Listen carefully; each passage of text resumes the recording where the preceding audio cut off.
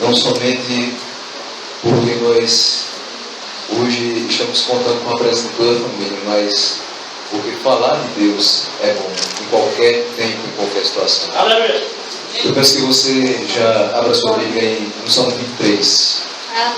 Glória a Deus. Nesse salmo nós vamos meditar hoje nesses 6 versículos.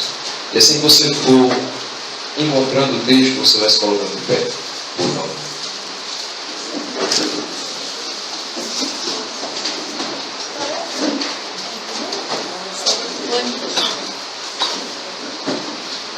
Glória a Deus. Aleluia, Jesus. Salmo 23. Aleluia. Eu faço questão de fazer a leitura, mesmo sendo um salmo conhecido, porque muitas vezes a gente quer citar a cabeça e acaba errando uma ou outra leitura. E é muito importante que a gente faça a leitura da maneira que está escrito na palavra, para a gente não confundir ou não passar nada equivocadamente. Diz o Salmo 23: o Senhor é o meu pastor, nada me faltará. Ele me faz repousar em pastos verdejantes, leva-me para junto das águas de descanso, refrigera minha alma, guia-me pelas veredas da justiça por amor do seu nome. Ainda que eu ande pelo vale da sombra da morte, não temerei mal nenhum, porque tu estás comigo. E o teu bordão e o teu cajado me consolam. Preparas-me uma mesa na presença dos meus adversários. Unges-me a cabeça com óleo, meu cálice transborda. Bondade e misericórdia certamente me seguirão todos os dias da minha vida, e habitarei na casa do Senhor para todo sempre. Aleluia. Vamos orar. Glória a Deus. Meus irmãos. Meu Senhor, meu Deus, meu Pai, Senhor, te glorifico por mais uma oportunidade que tenho de poder expressar algo da Tua Palavra, compartilhar, Senhor, com os amados irmãos, mais uma porção das Sagradas Escrituras. Senhor, conceda que nós sejamos fiéis nessa exposição. Sim, Deus. E que ela seja unicamente para a honra e glória do Santo Nome. Aleluia. Nós possamos sair daqui edificados e mais certos ainda da Tua grandeza, da Tua misericórdia, do Teu amor para conosco. Senhor, seja louvado o Teu Santo Nome, através das nossas ações, através dos nossos cantos e através da Tua palavra. É isso que nós devemos te agradecemos em nome de Jesus. Amém. Você pode se sentar. E mantenha a sua Bíblia aberta no Salmo 23, pois nós vamos percorrer os 6 versículos e também vamos utilizar alguns outros textos da palavra. Meus irmãos, há muito tempo a igreja do Senhor vem passando por dificuldades, vem padecendo perseguições, vem passando por lutas, vem passando por sofrimentos. Não é de hoje, de jeito nenhum, que a gente vê que pessoas perdem suas vidas por conta da mensagem do Evangelho. Outras doam as suas vidas para viver sempre do começo da sua juventude até a sua velhice proclamando o Evangelho. Aleluia. Mas muitas vezes essas pessoas que doam as suas vidas para a proclamação do Evangelho veem que esse ministério dado por Deus nem sempre tem resultados tão extraordinários. Nem sempre prospera-se da maneira que se espera. Nem sempre os fins vão justificar todos os meios. Então muitas vezes a gente começa a esmorecer, a gente começa a ficar mais triste e as forças vão sendo minadas e parece que não vale a pena servir a Deus. É muita dificuldade, é muito sofrimento, é muita luta e eu não me converti para isso. Eu me converti para a bênção, para a vitória. Eu não quero ser perdedor. É muito fácil ter na boca que nós somos mais que vencedores em Cristo Jesus, mas é difícil dizer: vem comigo participar das aflições do Evangelho. Mas é isso para que nós fomos chamados. Está cada dia mais difícil a gente, como cidadão dos céus, mais habitantes da terra, testemunharmos do amor de Deus com autoridade e dizer: mesmo nessa situação que eu estou passando, que a igreja está passando, Deus continua sendo Deus. Deus é soberano. Deus tem o controle de tudo, como disse o irmão. É muito complicado a gente hoje nesse mundo caótico, dizer: eu sou servo do Senhor, eu escolhi? Não. Eu fui escolhido para ser diferente. Eu fui separado para ser santo como meu Deus é santo. Eu fui separado para trabalhar numa obra que homem nenhum quer trabalhar, porque tem que ser voluntário, não tem remuneração. A grande recompensa é a vida eterna. Então, meus irmãos, viver misturado no mundo sem se manchar é difícil. Precisamos que Deus conduza a nossa vida. Nós encontramos na igreja de hoje coisas que nós não deveríamos encontrar: escândalos, desvios doutrinários. Pessoas que por falta de conhecimento se deixam convencer por coisas que são extremamente absurdas.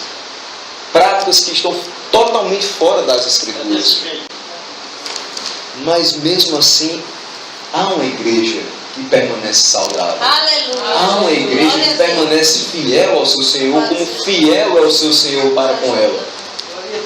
E há de se perguntar: por que a igreja resiste? Se são tantas as investidas do adversário, se são tantas as dificuldades internas da própria igreja, se é tão complicado a gente viver com falta de conhecimento, como a igreja consegue resistir? Como a igreja ainda se mantém de pé? A igreja, ela se mantém de pé, primeiramente, meus irmãos, porque o cabeça dessa igreja é Cristo. Olhem para o versículo 1 do Salmo 23. O Senhor é o meu pastor. O Senhor é o pastor da igreja. O Senhor é o governador da igreja. O Senhor é o dono da igreja. É por isso que a igreja resiste a todos os ataques, a todas as dificuldades. É por isso que a igreja se mantém de pé. É por isso que a igreja ainda existe. Apesar de muitos locais, as igrejas estão começando a fechar suas portas.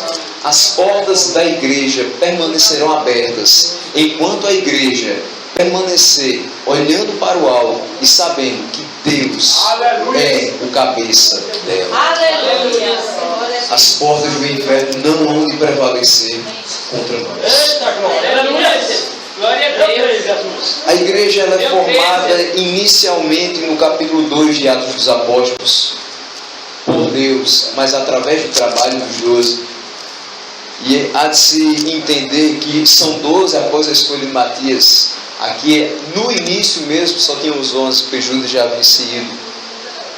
E é interessante ver que no dia de Pentecostes a igreja se forma, o Espírito Santo desce e as pessoas são impactadas. O grande efeito não é falar em línguas, o grande efeito é uma nova ideia, um novo conceito do que é o reino de Deus. O reino de Deus só se sabia que era algo eterno e celestial, mas o reino de Deus agora está sendo implantado na terra. Então as pessoas começam a ver aquilo que Jesus tinha falado está começando a se cumprir. A igreja que ele tinha falado tanto está começando a existir. Ele derrubou o templo. Em 3 dias ele reergueu. Esse templo era o seu corpo. E através dessa mensagem de um Jesus que morre e ressuscita para a salvação dos perdidos, é que a igreja é formada. Nesse momento a gente vê Pedro sendo porta-voz dessa igreja, sendo líder. Vamos dizer, não o líder maior, mas aquele que mais se destaca pela pregação do Evangelho. Essa igreja que se instala em Jerusalém, ela tem 3 líderes maiores, humanamente falando, que são Pedro, Tiago e João. Tiago sendo o presidente do concílio de Jerusalém, que vai ser feito mais um pouco à frente. Pedro e João sendo aqueles que vão sair às ruas e vão pregar. Sendo aqueles que vão alimentar a igreja, sendo aqueles que vão até mesmo curar, mas em nome de Cristo. Não curam porque são poderosos, mas curam porque Deus é poderoso e age por meio deles. Mas essa mensagem que Pedro traz, ela é bem diferente daquela mensagem que eles estão acostumados em Jerusalém. As pessoas de Jerusalém estão acostumadas com a doutrina judaica. E aí, pela doutrina judaica, Jesus Cristo não é o Messias, não é ungido. Eles ainda esperam que alguém vai vir para poder salvá-los, tirá-los do cativeiro. E acontece que Pedro começa a pregar e quase 3.000 almas são batizadas no versículo 41 de Atos 2. a mensagem do Senhor, ela é impactante, ela transforma as vidas, ela faz com que os pecadores mudem a sua rota, saem do caminho de colisão com o inferno e vão para o caminho do céu. E isso não agrada a todas as pessoas. Não precisa ser o diabo, não. Os judeus não se agradaram disso. E acontece que começou a haver um certo burburinho naquela cidade por conta de 12 pessoas que começam a pregar a palavra e 3.000 almas se convertem, 3.000 almas são batizadas e deixam o judaísmo e começam a seguir algo chamado cristianismo. Aquilo que a gente segue hoje. As ideias às quais nós temos fé, as ideias nas quais nós depositamos a nossa confiança, porque sabemos que o cristianismo não é só uma ideologia. O cristianismo é a vida do Senhor na prática, que nós devemos viver. E acontece que Pedro e João são presos no capítulo 4. Não dura muito tempo a paz dessa igreja que começa em Atos 2. Você vê em Atos 2, 42 a 47, a igreja perfeita. Todos eram unânimes nas orações, no partir do pão, iam de casa em casa, vendiam suas propriedades, dividiam os bens, segundo cada um tinha necessidade. Isso é lindo, mas esse propósito não dura muito tempo. Primeiro, a igreja fracassa financeiramente. Segundo, esses próprios irmãos, eles começam a não ver tanto sentido nisso aí, porque os judeus estão falando para eles: olha, essa mensagem não tem nada a ver com o que a gente pregou para vocês o tempo todo. Não abandonem a mensagem das quais vocês foram criados. Não vão seguir essa palavra deles. Mas, mesmo assim, com essa perseguição e com a prisão de Pedro e João, o que acontece? No mesmo dia da prisão deles, eles tinham curado um coxo. E no mesmo dia dessa prisão, João tinha pregado em mais 5.000 almas. Aleluia, glória a Deus, aleluia. Santo autonomia. Não adianta contender com o Senhor. Não adianta se levantar contra o Senhor e contra a sua igreja. Se a igreja está queimada no cabeça que é igreja, é perseguida, somos presos, somos caluniados, somos difamados, mas a obra continua. Um está preso, mas o outro faz. Um não pode mais falar, é proibido, mas o outro abre a sua boca. Um não consegue mais ter forças para resistir às investidas do diabo e dos seus assédios, mas o Senhor sempre vai levantar um que vai ter ousadia, que vai ter intrepidez verdadeira para pregar o Evangelho. E vidas continuam a ser salvas. E a igreja continua crescendo. A igreja não vai parar. Mas ela precisa ter uma coisa muito firme na sua cabeça: o seu líder é Cristo. E aí acontece que Pedro exclama aquele sinédrio que vai julgá-lo juntamente com João. E ele diz o seguinte em Atos 4, 9 a 12. Se você puder abrir a sua Bíblia para acompanhar, vamos fazer essa leitura desses 4 versículos. Nesse contexto, um coxo foi curado, almas foram salvas, mas eles estão presos. A palavra foi pregada, a obra está sendo feita, mas eles estão em dificuldades. Mas olha o que acontece, o que ele fala a respeito disso. Ele diz: visto que hoje somos interrogados a propósito do benefício feito a um homem enfermo, e de modo que ele foi curado, tomai conhecimento vós todos e todo o povo de Israel, de que em nome de Jesus Cristo Nazareno, a quem vós crucificastes, e a quem Deus ressuscitou dentre os mortos, sim, em seu nome é que está curado perante vós. Este Jesus é pedra rejeitada por vós, os construtores, a qual se tornou pedra angular. E não há salvação em nenhum outro, porque abaixo do céu não existe nenhum outro nome dado entre os homens, pelo qual importa que sejamos salvos. Veja o que acontece. A palavra é pregada, as pessoas não dão ouvidos. Muitos até chegam a prender Pedro e João. Mas a única coisa que há nos lábios de Pedro, no seu coração, na sua mente, é que há um acima dos céus, cujo nome é o único que pode salvar a vida do pecador, a vida daquele que não quer nada com Deus, a vida daquele que está perturbando a pregação do Evangelho. A vida daquele que está totalmente fora do contexto de Deus. A vida de Pedro estava nas mãos do Senhor. E ele só poderia pregar a palavra do Senhor, para que aquelas pessoas que não queriam ouvi-lo pregar pudessem enxergar que a sua vida estava nas mãos do dono da igreja. A igreja ela resiste às perseguições simplesmente porque o seu líder supremo é Cristo. A obra é de Cristo. Quem cura é Cristo. A palavra do Senhor é que sustenta a igreja. Se a palavra fosse minha, a igreja já tinha caído, mas a palavra é de Cristo. E essa palavra tem autoridade. Diante dessa palavra, ninguém pode levantar a sua voz. Diante dessa palavra, a única coisa que a gente pode fazer é dobrar os joelhos, meditar nela e pedir que Deus tenha misericórdia das nossas vidas. Assim a igreja resiste, através da palavra do dono da igreja. Segundo lugar, nós vamos para o versículo número 2 e até o versículo 3 na sua parte A. A igreja, ela resiste, não somente porque o cabeça é Cristo, mas porque não falta alimento e refrigério. Veja só o que acontece. Ele me faz repousar em pastos verdejantes. Leva-me para junto das águas de descanso e refrigera-me a alma. Ele nos deixou a sua palavra para que nós nos alimentássemos todos os dias dela. É triste que hoje a gente tem tantas versões da Bíblia, tão fáceis de se entender, tão fáceis de ter acesso. Há Bíblias que custam mais de R$100 e há Bíblias que custam menos de 3. Você tem a Bíblia na internet, você tem a Bíblia no celular, você tem a Bíblia em todo canto. Mas muitas vezes a gente não tem a Bíblia onde deve ter, no coração. Essa palavra tem que passar das simples letras para verdades nas nossas vidas, na nossa prática, na nossa conduta. É assim que a igreja resiste.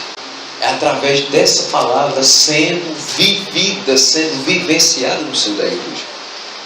Então nós precisamos nos alimentar dela para sermos fortalecidos e não nos curvarmos perante todos os ataques que nós sofremos.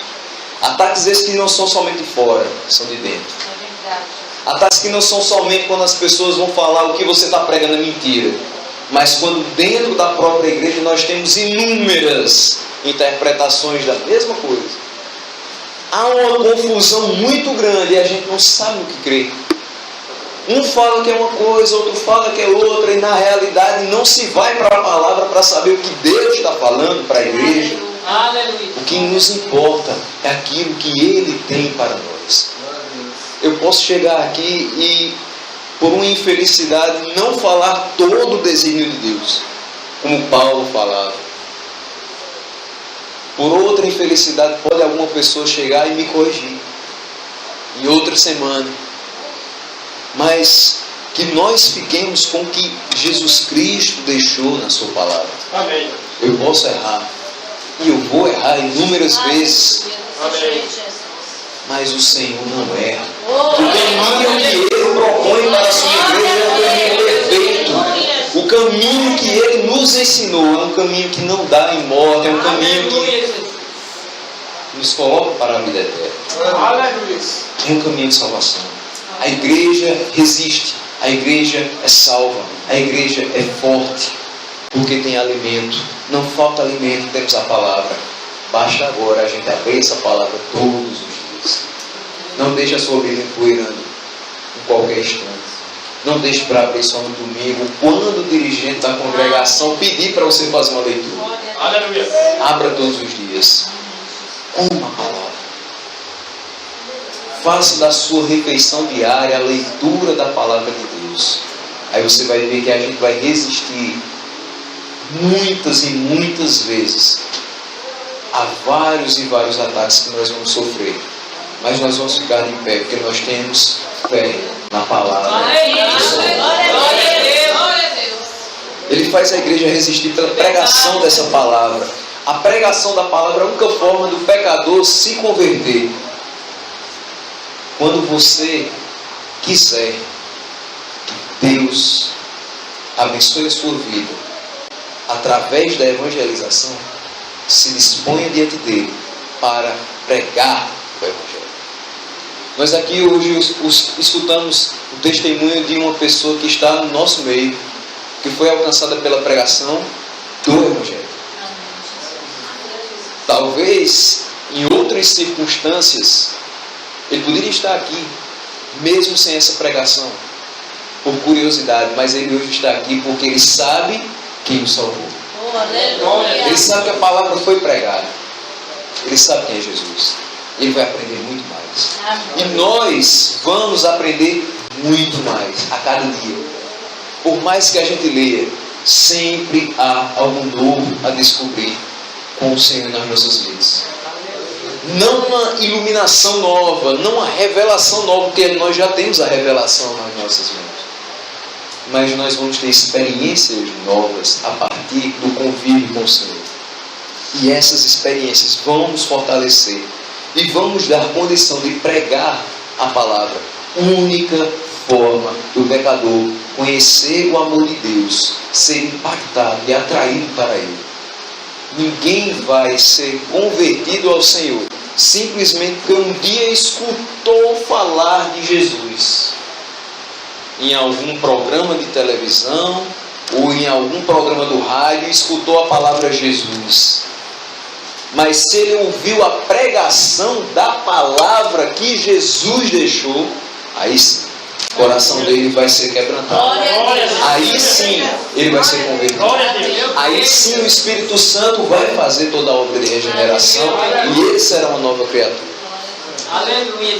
Deus levanta quem conhece da sua palavra e quem ousaria empregar, e o alimento espiritual na sua casa não falta. Hoje estamos aqui pregando a palavra. No próximo culto, outra pessoa estará aqui pregando a palavra. No próximo domingo, outra pessoa vai estar pregando a palavra. Durante a semana, todos nós devemos estar pregando a palavra. A palavra tem que estar no nosso coração, na nossa vida, todo o tempo. Ah, mas não sei como falar. Deus sabe. Ele orienta. Ele capacita. Ele dá a ousadia que você não tem. Ele tira a sua timidez que você fala. E Ele é bom para aquelas pessoas que acham que Ele nem existe. Mas você diz, Deus é bom, Deus existe. Ele agiu na minha vida e vai agir na sua vida. Por isso a gente pode falar que Ele nos faz repousar em pastos verdejantes. Nós somos apenas pequenas ovelhas que precisamos de alimento. E Ele oferece para nós pastos verdejantes. Nós vamos nos fartar nesses pastos. E esses pastos não são carros novos, casas novas, relógios de ouro, contas bancárias. Esses pastos são os caminhos do Senhor. Amém. A sua palavra, a comunhão da casa do Senhor com os santos. É nisso que a gente precisa viver. Há momentos de dor na nossa caminhada, dificuldades que parecem que são impossíveis. Mas o que acontece? Que o Senhor faz com a nossa vida? Ele nos leva para junto das águas de descanso. Aleluia. Muitas vezes nós vamos estar sobrecarregados pelas adversidades, pelos problemas, pelos sofrimentos extremos pelos quais nós passamos. E são coisas que são necessárias que nós passemos. Mas é importante que a gente saiba que o Senhor vai nos dar o refrigério no momento certo. Aleluia. A igreja, em dados momentos, parece que vai sucumbir, vai fechar suas portas, porque não há mais forças para resistir às tentações. Não há mais quem pregue, não há mais quem olhe para os outros com o olhar de Cristo. Começam as divisões, as críticas, as brigas. Parece que não estamos mais em casa, parece que estamos fora.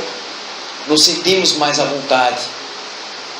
Mesmo assim, há um Deus olhando por nós, conduzindo a sua igreja, fazendo com que todas essas coisas sejam retiradas, nos dando refrigério para a alma, trazendo a tranquilidade que nós precisamos para conduzir essa obra. Nosso Deus é refúgio, nosso Deus é fortaleza, nosso Deus é socorro bem presente na hora da angústia. Ele não vai nos deixar em situação tão difícil que nós não possamos aguentar. A igreja, ela é perseguida sim, ela está em momentos difíceis sim, mas ela resiste, porque Deus dá refrigério à sua alma. Glória a Deus. Isso faz com que a gente caminhe um pouco mais, siga mais adiante, alimentados e confortados pela sua mão. Versículo 3, parte B, diz o seguinte: guia-me pelas veredas da justiça por amor do seu nome. O Senhor Deus, Ele tem um zelo enorme pela sua igreja. Não porque estamos dentro dela, mas porque Ele tem amor pelo seu nome. Eu não sou nada, só tenho basicamente o nome, mas esse nome eu tenho que zelar. Amém. O Senhor é todo poderoso. Glória a Deus. Aí sim é que nós devemos zelar pelo seu nome, viver para a sua glória, viver para que Ele seja visto pelos outros da maneira que Ele realmente é, digno de ser louvado, honrado por todos. Aquele que zomba da palavra de Deus, que seja impactado pela nossa pregação e passe a adorá-lo com sua boca. Amém. Aquele que despreza o Senhor com seu coração, que possa com as suas atitudes, através da pregação da palavra, Aleluia. ser um canal de bênçãos para todas as outras pessoas que vivem ao seu redor. Se fosse, infelizmente, depender da conduta moral de inúmeros crentes, de todas as épocas, mas principalmente de hoje, que é a nossa época, a igreja não teria resistido a todos os bombardeios do mundo que contestam a sua mensagem. A gente fala, Deus é fiel. Sim, Deus é fiel, mas você não tem o que você quer. A gente fala que Deus é bom. Deus é bom, mas seu familiar faleceu com a doença que provavelmente outras pessoas teriam sido curadas facilmente. Deus é justo. Mas como Deus é justo, se tantas e tantas pessoas vão para o inferno todos os dias, sem conhecer a Ele? Deus é justo, Deus é fiel, Deus é bom, Deus é poderoso, Deus é misericordioso, queira o mundo ou não. É verdade. Esteja eu bem de vida ou não, esteja eu bem de saúde ou não, eu recebendo o que quero ou não, Deus é Deus e é dono da igreja em toda e qualquer circunstância. Se a igreja tem muito membro, se a igreja tem pouco membro, ela resiste e ela fica de pé, se o cabeça é Cristo. Oh, aleluia. Se a palavra de Cristo é Glória a pregada. Deus. O Senhor dos Exércitos é quem guia a igreja em justiça, por amor do seu nome. Porque Ele zela pela sua palavra para cumpri-la. E é por isso que nós conseguimos viver em veredas justas, porque é Ele quem nos conduz por elas. Amém. Nós temos atos bons, porque Deus é bom em nossas vidas. Nós somos justos, porque Ele nos justificou e Ele imputou sua justiça em nós. Nós somos pacíficos, porque Ele nos concedeu a paz que excede todo entendimento. Glória a Deus. Nós somos o que somos. E a igreja é o que é, por conta desse Deus que zela para com o seu nome, porque o nome dele é sobre todo nome, e não há debaixo dos céus nome algum pelo qual importa que nós sejamos salvos. É por isso que a igreja continua em pé, porque é guiada em justiça por Deus. Versículo 4. Vamos caminhando um pouco mais. Ele diz o seguinte: ainda que eu ande pelo vale da sombra da morte, não temerei mal nenhum, porque tu estás comigo, o teu bordão e o teu cajado me consolam. Amém, Jesus. Na nossa pregação atual é quase que proibitivo falar de questões como dor, sofrimento, morte. Porque tudo que se quer dentro e fora da igreja é o quê? Bênção, bênção, vitória, prosperidade, mais. Não se para. Quanto mais se tem, mais se quer. Quanto mais se consegue, mais se almeja. Mas a vida do crente não é só vitória. Aí eu vou ter que ser um pouco contrário à música lá do Cícero Nogueira. A vida do crente não é só bênção. A vida do crente não é só conforto. Eu gostei muito quando o irmão Naldinho falou: eu preciso sair do meu conforto para fazer a obra. É isso, a obra do Senhor é feita fora da minha zona de conforto. Muitas vezes eu não estou confortável para falar. Muitas vezes o contexto não é o ideal.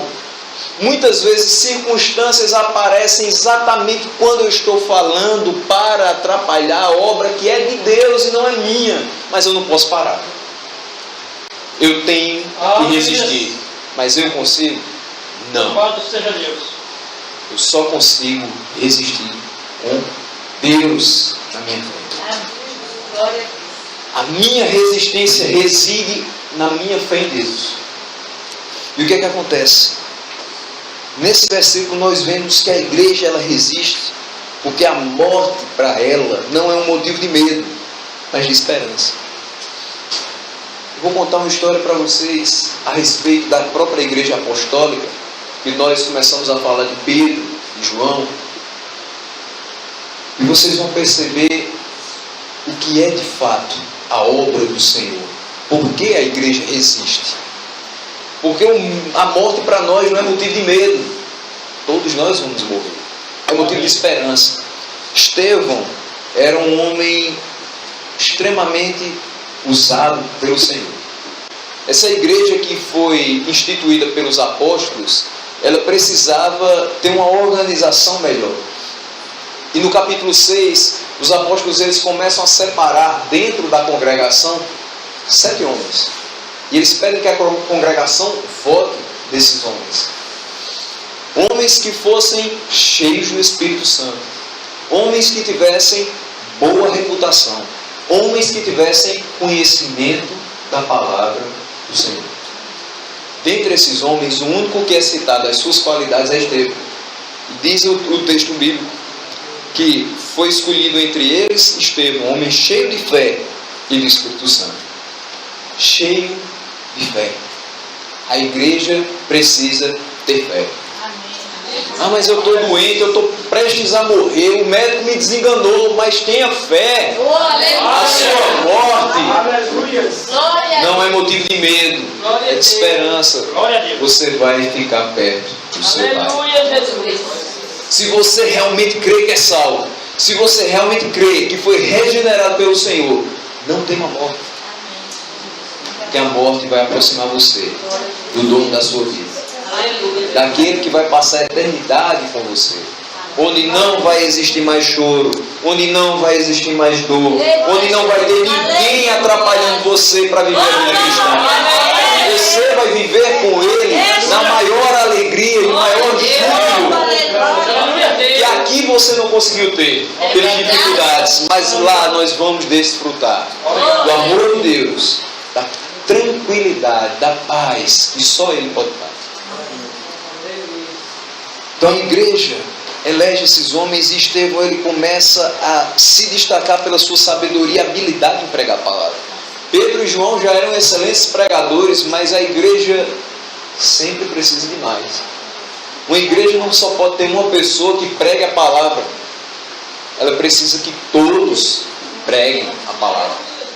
A palavra do Senhor, ela está no meu coração, ela está no seu coração, e todos nós, diariamente, temos experiências com Deus, as quais são suficientes para que a gente pregue lá fora. Eu não preciso ser erudido, eu não preciso falar difícil para que as pessoas possam atentar para a minha mensagem. Eu preciso dizer que Deus é Deus. Na minha vida, Ele modificou aquilo que eu era. e me deixou do jeito que eu sou. Amém. Ele transformou aquele que não prestava para nada em algo valioso aos seus olhos. Pode ser valioso para o mundo, mas é valioso aos olhos de Deus. Glória a Deus. Aleluia. E esse homem Estevão, ele começa a pregar e as pessoas começam a se converter com a mensagem que Estevão prega, porque não é outra mensagem a não ser a palavra do Senhor. E surgem algumas pessoas da sinagoga chamados libertos, dos sireneus, e eles vão discutir com Estevão. O que é isso que você está pregando? Que mensagem é essa? Totalmente diferente da que nós estamos pregando na sinagoga. Qual a sua finalidade em pregar essa mensagem? E eles começam a contender com Estevão e fazer perguntas para tentar confundi-lo, mas ele era tão sábio e tão cheio do Espírito, que quando ele abriu a boca, quem falava não era ele, era o Espírito Santo de Deus. Aleluia. Então ninguém o confundia. E eles ficavam presos pela sua sabedoria e não conseguiam contender com ele. De modo que eles vão e subornam algumas pessoas fora da sinagoga para que comecem a espalhar uma notícia de que há um homem chamado Estevão que está falando mal de Moisés. Se você sabe, os judeus, eles seguem a lei de Moisés. E eles não poderiam aceitar que algo estava sendo pregado fora da lei de Moisés. Estava sendo pregada uma graça. Uma graça que não anula essa lei, mas que justifica o pecador. Que faz com que ele não fique preso nas algemas da lei, mas que use a lei para saber que precisa do perdão do Senhor, porque ele é pecador. E que precisa se arrepender dos seus pecados, se quiser ter a graça de ter a vida eterna. Eles não aceitam. Não aceitam esse homem e a calúnia é plantada. E a calúnia cola. E esse homem é levado para as portas da cidade e apedrejado. Mas antes, ele fala algo fantástico. Atos 6. Vamos para o texto de Atos 6.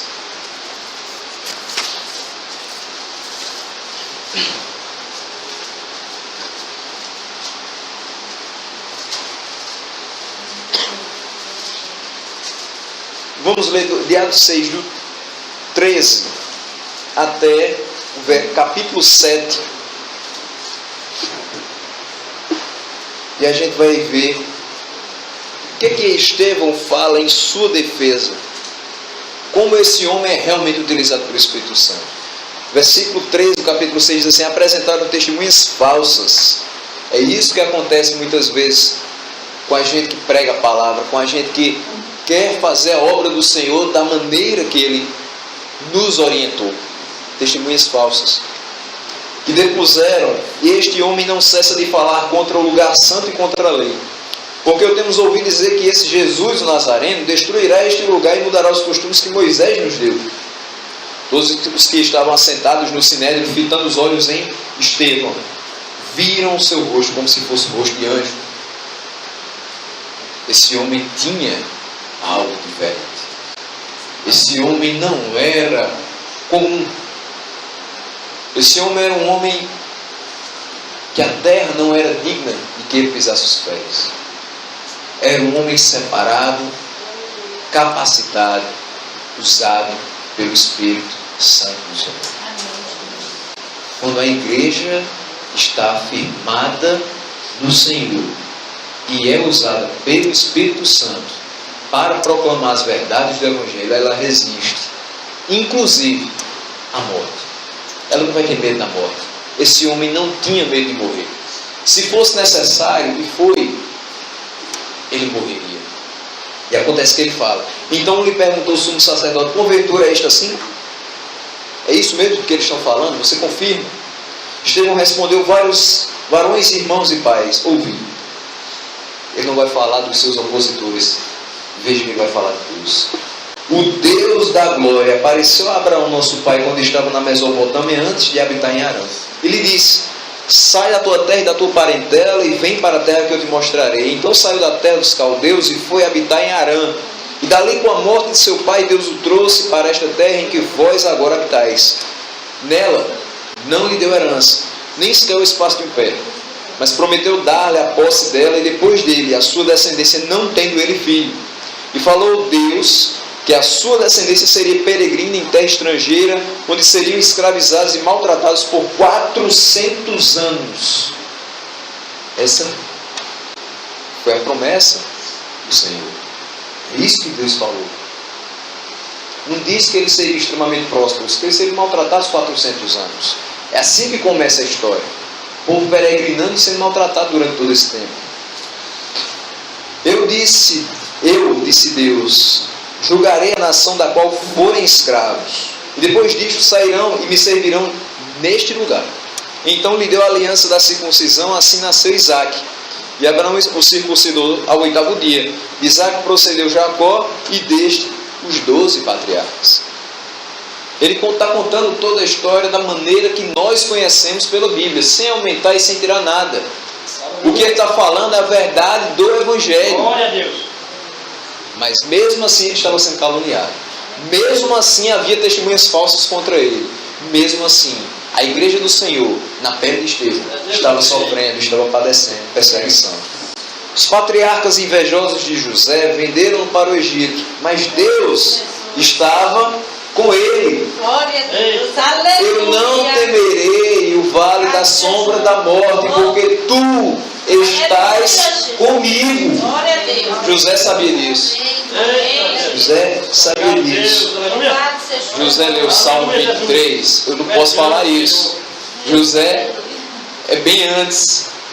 Mas ele sabia que podia contar com o Senhor em toda e qualquer situação.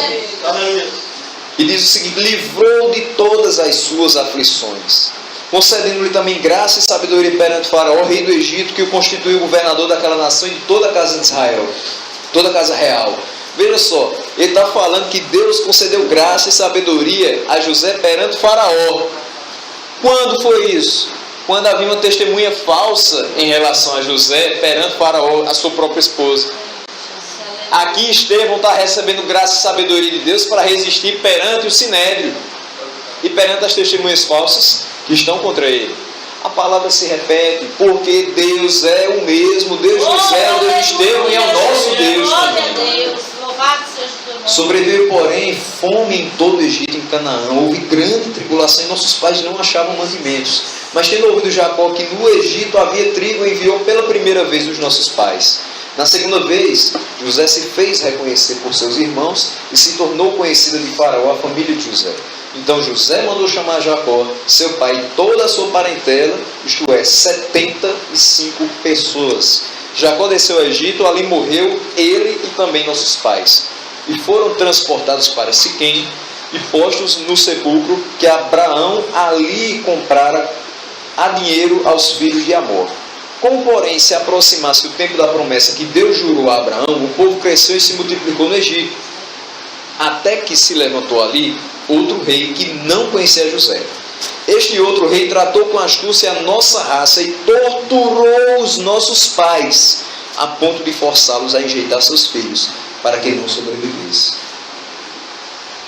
É isso que faz parte da história da igreja. Você e eu fazemos parte de uma igreja sofredora, de uma igreja torturada pelas perseguições, de uma igreja que carrega em si as marcas do martírio de Cristo. E se não for assim, nós não existiremos de pé. Se a igreja for um mar de rosas, se a pregação do Evangelho for tão aberta que nós possamos passar uma semana e dizer, daqui a uma semana eu prego, tanto faz ir hoje como daqui a uma semana, porque eu sei que vou estar livre mesmo, não vai funcionar. Não estou querendo dizer que a perseguição é o único jeito de fazer crescer a igreja. Eu estou querendo dizer que a pregação da palavra é o único jeito de fazer crescer a igreja. Agora, muitas vezes a pregação ela só é motivada pela perseguição. Vamos, irmãos, ao invés de esperar que nós sejamos perseguidos, vamos pregar, para que a igreja continue de pé. Tudo isso que aqui Estevão está falando é a história dele, é a história da igreja. E mesmo assim, eles continuam a não acreditar nesse homem. E lá no final do capítulo 7, olha o que acontece. Versículo 54. Ouvindo eles isto, toda a história que ele conta desde o início até Moisés, enfureciam-se no seu coração e rilhavam os dentes contra ele. Será possível que esses homens do Sinédrio não sabiam que essa história era verdadeira? Claro que sabiam. Claro que sabiam. Eles eram conhecedores de toda a história da igreja e de toda a lei de Moisés. Aleluia. Será possível que eles sabiam, não sabiam, que Estevão estava sendo usado pelo Espírito Santo para relembrar todas essas verdades? Claro que sim. Justamente era isso que fazia com que eles rilhassem os dentes contra Estevão. Um homem tão usado por Deus, e nós que lemos tanto e não chegamos aos pés dele, de tanta sabedoria. Eu imagino qual deve ter sido a raiva deles, ao perceber que naquele homem simples, Deus atuava. E nesses homens que se achavam tanto por serem parte do Sinédrio, Deus muitas vezes virava o rosto, porque eram sepulcros caiados, raça de vítimas. E ele diz assim: Estevão cheio do Espírito Santo. Esse homem continuava cheio do Espírito Santo mesmo perto da morte. Fitou os olhos no céu e viu a glória de Deus, Jesus que estava à sua direita. E ele disse: eis que vejo os céus abertos e o Filho do Homem em pé à destra de Deus. Eles, porém, clamando em alta voz, taparam os ouvidos e unânimes arremeteram contra ele. Será que isso não acontece hoje conosco? Pessoas que tapam os ouvidos para a pregação do Evangelho. Pessoas que muitas vezes arremetem contra nós. Para de falar isso, eu não quero saber disso não. Não é assim que você está falando, não. A realidade é outra. E você fala só no nome de Jesus você pode ser salvo. Não, que é isso? Vou pedir intercessão para os meus santos e eles vão me salvar. Só pelo nome de Jesus você pode ter alguma coisa na sua vida. Você pode ter perdão dos seus pecados. E a pessoa vai dizer: não, mas espera aí, eu tenho uma pessoa que intercede por mim junto a Deus. É minha mãe. Aleluia. A gente não pode ignorar, porque são pessoas que estão totalmente arraigadas nessa cultura.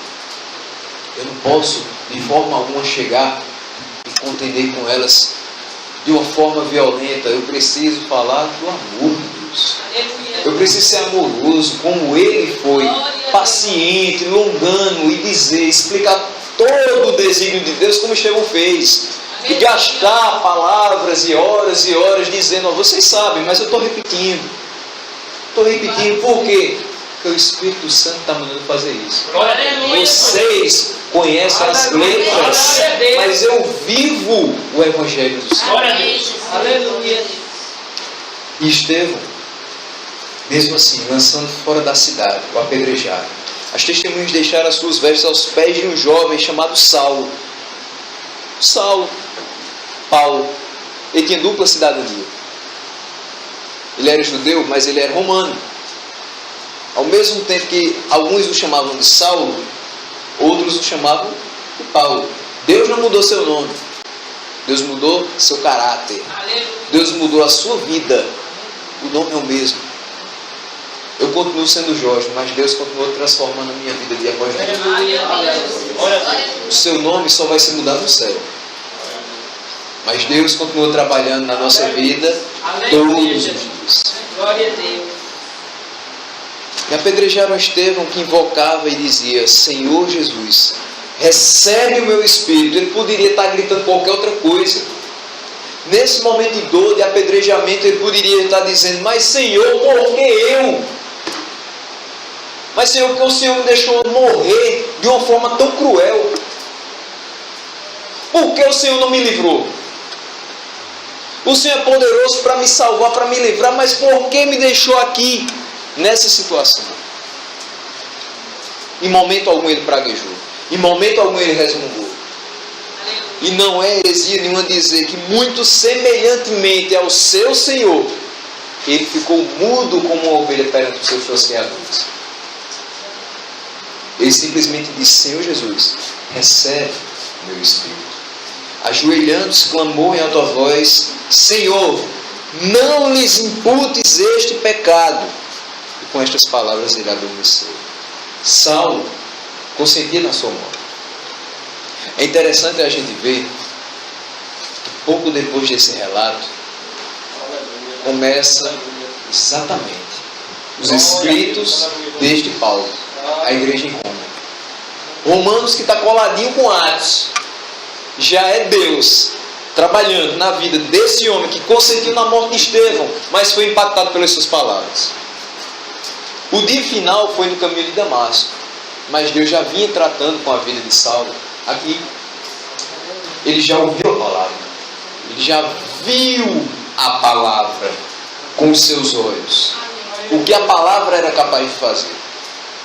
Tanto era capaz de mudar a sua vida, como era capaz também de levá-lo à morte, para que ele se encontrasse com Jesus que o salvou.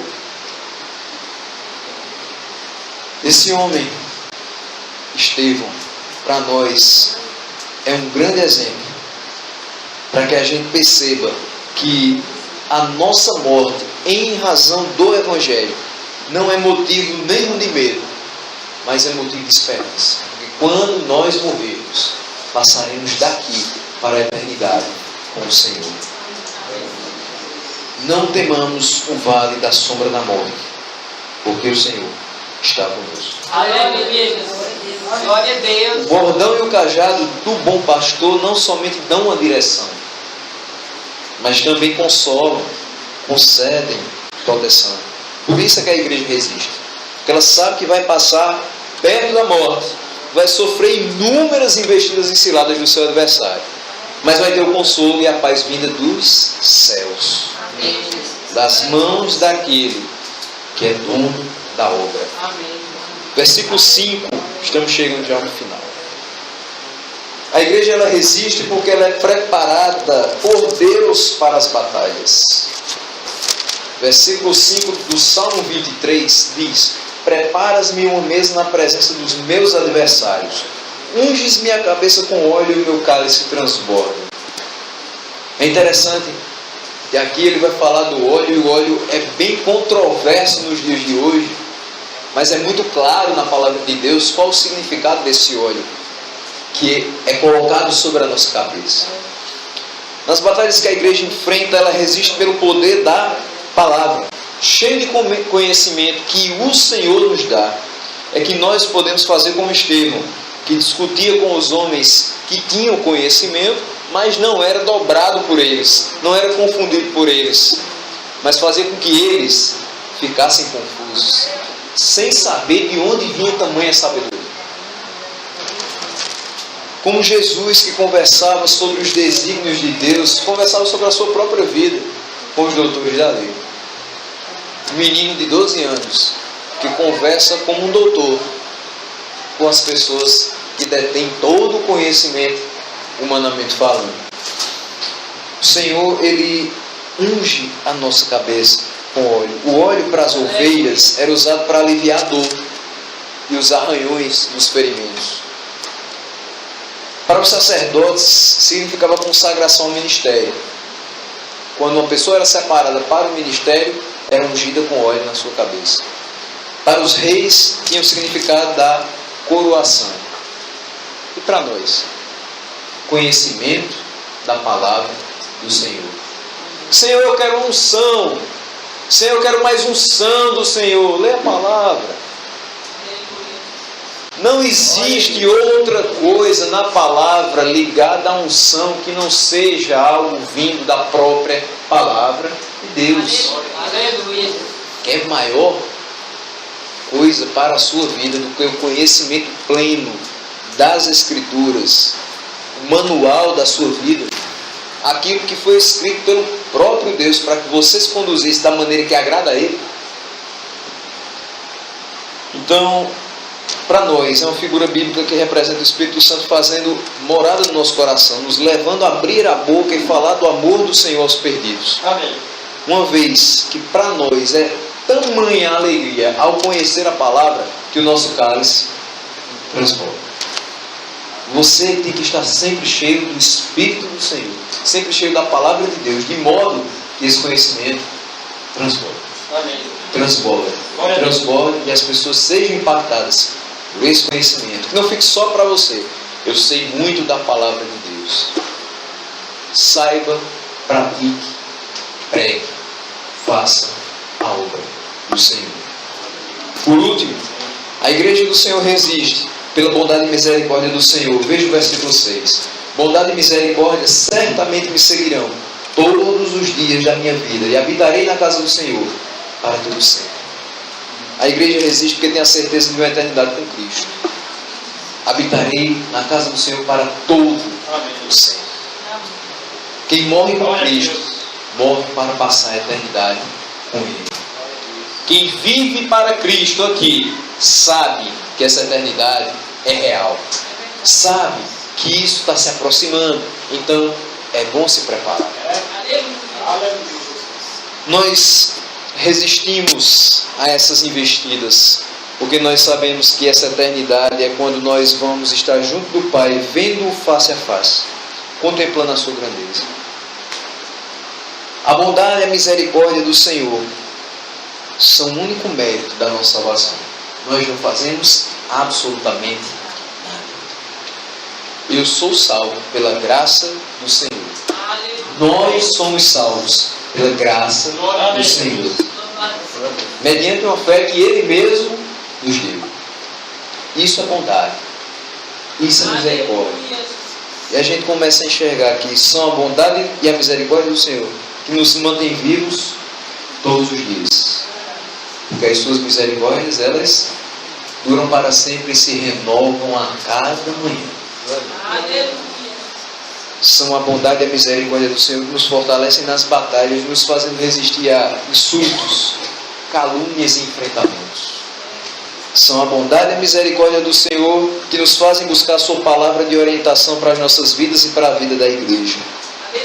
São a bondade e a misericórdia do Senhor que nos garantem um lugar no céu, com os santos anjos proclamando somente isso: Santo, Santo, Santo é o Senhor dos exércitos. Glória a Deus. Glória a Deus. A igreja foi chamada a resistir para chegar a esse grande dia. A igreja precisa continuar de pé, sabendo tudo isso que a gente comentou hoje à noite, para que ela possa encher o peito, rasgar a garganta, dizendo que o Senhor dos exércitos é santo. A igreja do Senhor, em resumo, resiste porque o Senhor é o seu governante, o seu cabeça, o seu pastor.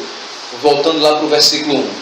Se o Senhor é o Senhor da igreja, nada nos faltará. Amém. Nada nos faltará. Meus irmãos, Glória a Deus. 3 questões para que nós possamos resumir essa palavra e encerrá-la com a bênção de Deus. A igreja, ela resiste pelo nome do Senhor e pelo seu poder. Segundo, a igreja resiste pela fé gerada por Deus, que é a certeza de algo que nós não vemos e algo que nós não temos ainda, mas que nós sabemos que Ele nos dará. Nós confiamos nisso, a eternidade do seu lado. A gente não está vendo a eternidade, a gente não está vendo os céus abertos, a gente não sabe o que vai encontrar por lá, mas a gente sabe que vai chegar. Quando alguém disser para você: você não vai morrer enquanto a promessa de Deus não se cumprir, cuidado, porque a promessa de Deus foi exatamente essa: a vida eterna. Amém. Então, para você alcançar a promessa do Senhor, você vai ter que morrer. Não quiser a vida eterna, tudo bem. A única promessa que o Senhor fez para nós foi que nós teríamos a vida eterna. Amém. Se crêssemos nele e no seu Filho, Jesus Cristo, unigênito do Pai, que morreu em favor dos nossos pecados. É preciso morrer para viver ao lado do Senhor. Em último lugar, a igreja resiste por bondade, pura bondade, misericórdia e graça daquele que lá em Atos 2 instituiu a igreja, que lá em Atos 7 se mostrou a Estevão e que hoje, tantos anos depois, continua sustentando a sua igreja. A igreja resiste, porque ela é do Senhor Jesus. Aleluia. Deus abençoe a sua igreja. Glória a Deus.